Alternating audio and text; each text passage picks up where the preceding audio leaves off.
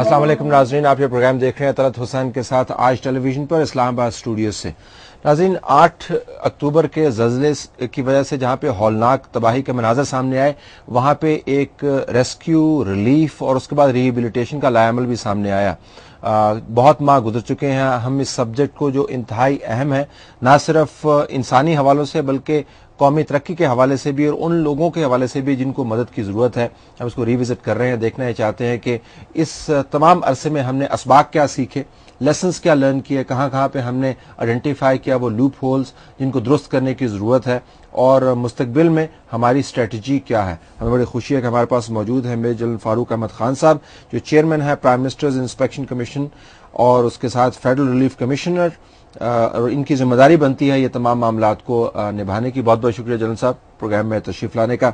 ہم نے ناظرین کچھ سلائیڈز تیار کی ہیں، جنرل صاحب کی یہ پریزنٹیشن پر مبنی ہے یہ سلائیڈز جو انہوں نے ایک حالیہ سیمینار میں کی، یہ ان کے اپنے کنکلوژنز ہیں۔ ہم ان کنکلوژنز کو بنیاد بنا کر ڈیبیٹ کرنا چاہتے ہیں کہ کہاں کہاں پہ ان کو بھی لوپ ہولز نظر آئے۔ جنرل صاحب، پہلے تو یہ lessons learned, let's move on to the first slide and see what was the lesson that absence of national disaster management authority. اس وقت ہمارے پاس یہ اتھارٹی کا کوئی سٹرکچر موجود ہے، اور اگر ابھی بھی نہیں بن پایا تو کتنے عرصے میں بن پائے گا؟ پھر ہم جاتے ہیں کہ ہمارے پاس یہ موجود کیوں نہیں تھا۔ پہلے تو جو دوسرا آپ کا حصہ ہے اس کا جواب میرے پاس نہیں ہے، ہونا چاہیے تھا نہیں۔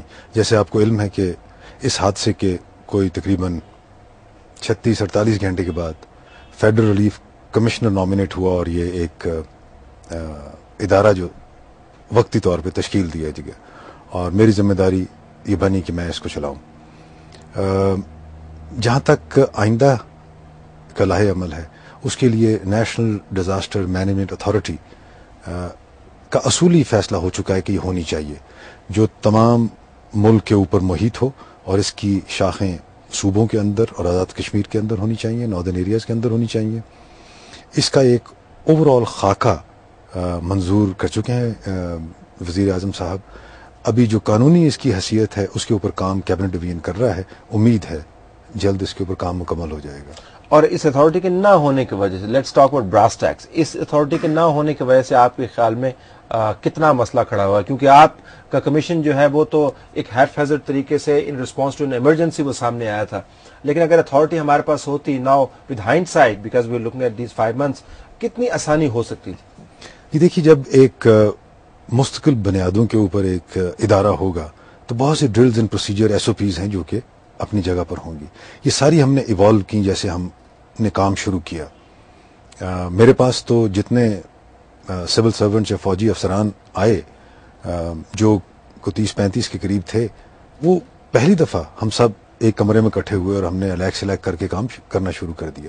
SOPs تو ہم نے بنائی، پرائرٹیز کو ہم نے سیدھا کیا، لیکن اگر یہ ادارہ پہلے سے موجود ہو تو بہت سی چیزیں ہیں جو کہ اپنی جگہ پہ پہلے سے موجود ہوں گی۔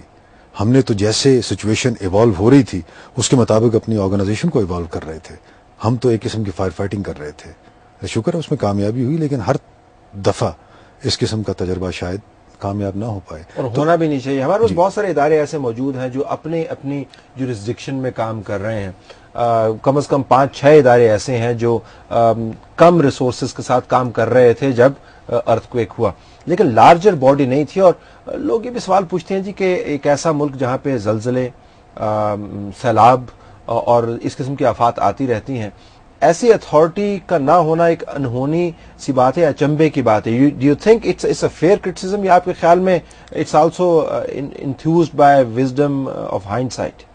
ہائنڈ سائٹ از آلویز 20/20، لیکن یہ ہے کہ ایک منسٹری آف انٹیریئر کے نیچے نیشنل کرائسس مینجمنٹ سیل موجود ہے، جس میں ہر ادارے کے ریپرزنٹیٹو موجود ہونے چاہیے۔ ان کی جو آرگنائزیشن ہے بہت الیبریٹ ہے، لیکن شاید اس کی کیپیسٹی نہیں تھی کہ اس کو یوٹیلائز نہیں کیا جا سکا. وہ انفیکٹ ہمارے جو آرگنائزیشن تھی اس میں کوآپٹیڈ ہو گئے.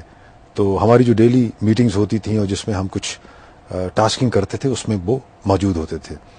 دوسرا ادارہ ایمرجنسی ریلیف سیل کا ہے جو کہ کیبنٹ ڈویژن کے نیچے آتا ہے, جس کی ذمہ داری یہ تھی کہ کچھ حد تک وہ ایسی اشیاء جو کہ ضرورت مندوں کو کسی بھی آفت کے سلسلے میں ہو سکتی ہیں وہ سٹاک کرتی تھی, لیکن ان کی بھی کیپیسٹی بہت لمیٹڈ تھی. 6000 کمبل یا اتنے کو رکھے ہوئے تھے انہوں نے, یا 3000 ٹینٹ, وہ صحیح, لیکن ابھی یہ ہے کہ ابھی لاکھوں کمبل اور ہزاروں ٹینٹ اسی محکمے کے پاس ہم بھی رکھوا رہے ہیں.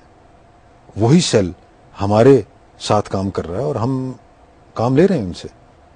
کہنے کا مقصد یہ ہے کہ ہمارے پاس کیپیبلٹی ہونی چاہیے, ایک ادارہ جو اس سب چیز کو کنٹرول کر سکے موجود ہونا چاہیے.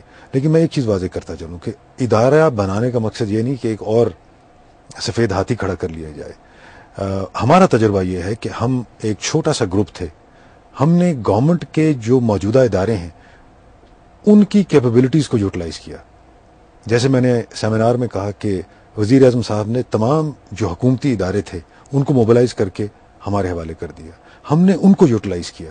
سو کہنے کا مطلب یہ ہے کہ ایک ادارہ ہونا چاہیے لین جس کو کہتے ہیں, ایفیشینٹ, کور آفیسرز موجود ہونے چاہیے, لیکن ماڈولر اس کا اسٹرکچر ہونا چاہیے تاکہ باہر سے جو آپ لینا چاہتے ہیں ان کو آپ لیتے جائیں. ہم نے یہی کیا.